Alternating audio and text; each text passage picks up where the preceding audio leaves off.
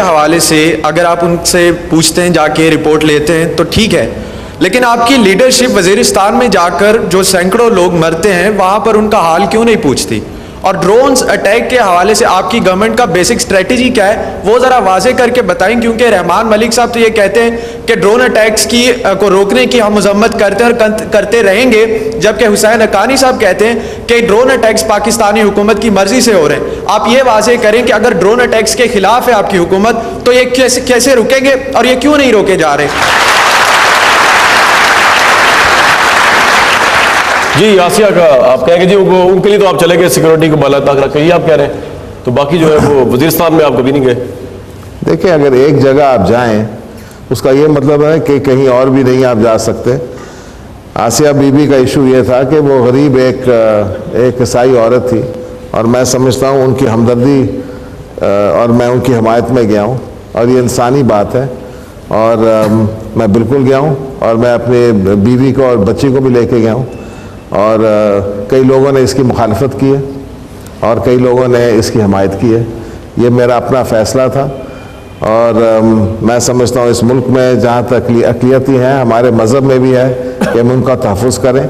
اور ہم ان کے ساتھ زیادتی نہ ہونے دیں، اور انسانیت کے بل بوتے پہ بھی میں گیا ہوں، تو میرے خلاف فتوے بھی آئے ہیں اور بھی بڑا کچھ ہوا ہے میرے خلاف، لیکن اگر میں اپنے ضمیر پہ کھڑا نہیں ہوں گا تو کون کھڑا ہوگا؟ یہ بتا دیجیے کہ بہت سے لوگ جاننا چاہیں گے توہین رسالت ایکٹ کے اوپر آپ بہت کنٹروورشل ہیں، پاکستان کی عام جو لوگ ہیں میجورٹی وہ سمجھتے ہیں کہ توہین رسالت قانون ہونا چاہیے، آپ سمجھتے نہیں ہونا چاہیے؟ میں نے سمجھا یہ ہے کہ یہ قانون جو ہے یہ قانون خدا کا قانون نہیں ہے، انسان کا قانون ہے، اور اس پہ نظر ثانی ہونی چاہیے، اور جہاں اس کے غلط اثرات ہیں ان پہ دیکھنا چاہیے، اور اس کو کئی جگہ مس یوز کیا گیا ہے، اور اس پہ میں نے کہا ہے کہ اس پہ نظر ثانی کریں اور کسی کو اس کے تحت ظلم نہ ہونے دیں، یہ میں نے کہا ہے، اور یہ میں نے واضح طور پہ کہا ہے، اور یہ کئی لوگوں نے کہا ہے، صرف میں نے نہیں کہا ہے۔ اس کا یہ مطلب نہیں ہے کہ میں قتل کے حق میں ہوں۔ 14ویں پارے کے 6 رکوع کی آیت ہے انا کفیناک المستہزئین، جس نے رسول اللہ صلی اللہ علیہ وسلم سے استہزاء کیا اس سے بدلہ میں خود لوں گا، یہ خدا تعالیٰ کہہ رہے تو آپ ان کے قانون کو جھٹلا کے کہہ رہے ہیں کہ بندے کا قانون ہے، خدا کا قانون نہیں ہے۔ یہ سوال سمجھ آیا آپ کو؟ انہوں نے قرآن شریف کی آیت کوٹ کی ہے کہ اس میں لکھا ہوا ہے کہ نبی صلی اللہ علیہ وسلم کی جو توہین کرے گا خدا نے کہا بدلہ خود لوں گا، تو جسٹیفائی ہوتا ہے توہین رسالت قانون؟